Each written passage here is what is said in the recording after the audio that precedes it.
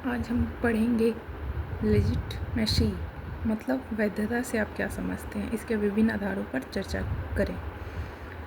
तो सबसे पहले हम वैधता का अर्थ जानेंगे। वैधता का अर्थ है किसी व्यक्ति, संस्था, सरकार या निर्णय की वह स्थिति जिसमें समाज उसे सही, उचित और स्वीकार मानता है। जब जनता किसी सत्ता को न केवल कानूनी रूप से बल्कि नैतिक और सामाजिक रूप से भी स्वीकार करती है तो उस सत्ता को वैध कहा जाता है। सरकार की वैधता का मतलब है कि शासन करने के लिए जनता से स्वीकृति प्राप्त करती है और उनकी नीतियों को लोग न्याय संगत और उपयोगी मानते हैं। अब हम वैधता की विशेषता को जानेंगे।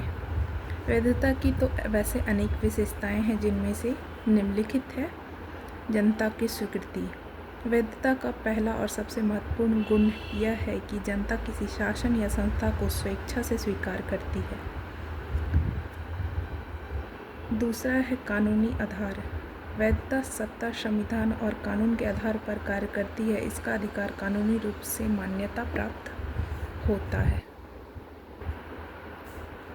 तीसरा है नैतिक और सामाजिक समर्थन। वैधता केवल कानून से नहीं आती, बल्कि वह नैतिक, धार्मिक या सांस्कृतिक परंपराओं से भी जुड़ी होती है। चौथा है राजनीतिक स्थिरता। जहाँ वैधता होती है वहाँ शासन अधिक स्थिर और शांतिपूर्ण होता है। जनता का भरपूर सहयोग वहाँ प्राप्त होता है। पांचवा हम देखेंगे विश्वास और पारदर्शिता। वैध सत्ता में लोग को अधिक विश्वास होता है, क्योंकि वह अपने कार्यों में पारदर्शिता रखती है और जवाबदेही भी सुनिश्चित करती है। छठा है समय के साथ बदलती है, मतलब वैधता समय के साथ बदलती रहती है। वैधता स्थायी नहीं होती। यदि कोई सरकार जनहित में काम ना करे तो उसकी वैधता पर जनता सवाल उठा सकती है और उसे प्रश्न पूछ सकती है। सातवां है सत्ता का नैतिक अधिकार। वैध सरकार को न केवल शासन का अधिकार प्राप्त होता है, बल्कि उसे नैतिक रूप से भी सही माना जाता है। अब हम वैधता को विभिन्न आधारों पर वर्णन करेंगे। पहला है कानूनी आधार। यदि कोई सरकार या संस्था या कार्य संविधान और कानून के अनुसार होता है तो उसे कानूनी वैधता प्राप्त होती है। जैसे भारत में चुनी हुई सरकार को वैधता इसलिए मिलती है क्योंकि वह संविधान के अनुसार गठित होती है। दूसरा है लोकतांत्रिक आधार। जब सरकार जनता द्वारा चुनी जाती है, जैसे चुनाव के माध्यम से, तो उसे लोकतांत्रिक वैधता प्राप्त होती है। यह वैधता जन समर्थन और भागीदारी पर आधारित होती है। तीसरा है नैतिक और सामाजिक आधार। अगर कोई निर्णय या व्यवस्था समाज के नैतिक मूल्यों और परंपराओं के अनुकूल हो तो उसे सामाजिक वैधता मिलती है, जैसे किसी धर्म या संस्कृति के अनुरूप नीति बनाना। चौथा है प्रदर्शन आधारित आधार। अगर सरकार या संस्था जनहित में अच्छे कार्य करती है, भ्रष्टाचार से मुक्त रहती है, समस्याओं को हल करती है, तो जनता उसका समर्थन करती है। इससे उसे प्रदर्शन आधारित वैधता मिलती है।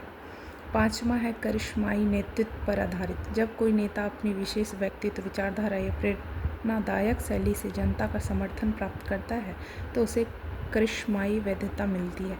जैसे महात्मा गांधी को भारत में लोगों ने उनके नैतिक और करिश्माई नेतृत्व के कारण वैध नेता माना। छठा है परंपरागत आधार। जब किसी व्यवस्था को लंबे समय से मान्यता प्राप्त होती है, जैसे राजशाही या धार्मिक संस्थाएं, तो उसे परंपरागत वैधता मिलती है। लोग सत्ता को स्वीकार करते हैं क्योंकि पीढ़ियों से उसका पालन होता आया है। एक ये भी पॉइंट आप ऐड कर सकते हैं। इसमें रीति रिवाज, परंपराओं और सांस्कृतिक प्रथाओं के आधार पर वैधता प्राप्त होता है। आगे अब हम देखेंगे कि वैधता को क्यों महत्वपूर्ण माना गया है। वैधता क्यों महत्वपूर्ण है? समाज में व्यवस्था बनाए रखने और संघर्षों को हल करने के लिए वैधता बहुत जरूरी है।